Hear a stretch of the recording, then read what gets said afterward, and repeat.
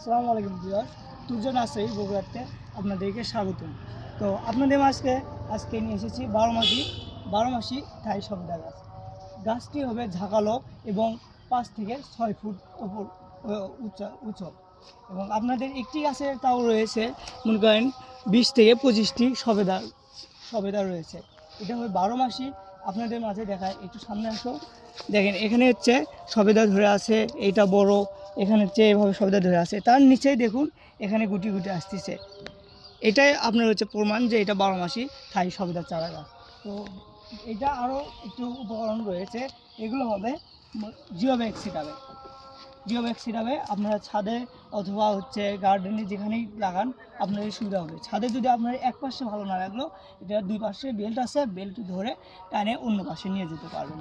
তো ভিডিওটি বেশি বড় করবো না, আপনাদেরকে আরও ভালোভাবে দেখানোর চেষ্টা করবো। পর থেকে আস্তে আস্তে আপডেট দিতে থাকবো, ফল কীরকম হবে, ফল কতটা বড় হবে, সকল আপডেট আপনারা পাবেন।